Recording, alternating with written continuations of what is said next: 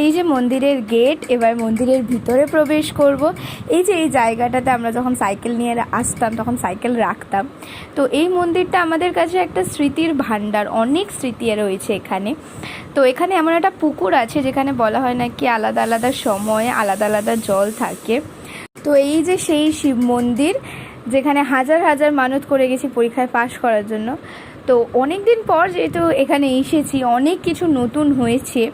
যেমন এই জিনিসটা আগে কখনো দেখিনি, এই প্রথমবার দেখলাম। এইটা হচ্ছে ত্রিপুরী সুন্দরী দেবী, যাকে দেখার জন্য এত দূর আসা। কিছুক্ষণ পুকুর ধারে বসেছিলাম, এত নির্জন একটা জায়গা। মন্দির থেকে বেরিয়ে এলাম, এখন সেই জায়গাটায় যাচ্ছি যেটা ছিল আমাদের দুঃসাহসিক অভিযানের জায়গা।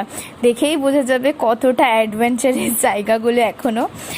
তো তারপরে মরুভূমিতে ওয়েসিস খুঁজে পাওয়ার মতো এই আইসক্রিমের দোকানটা খুঁজে পেলাম। তারপর আর কি, আইসক্রিম খেতে খেতে বাড়ি চলে এলাম।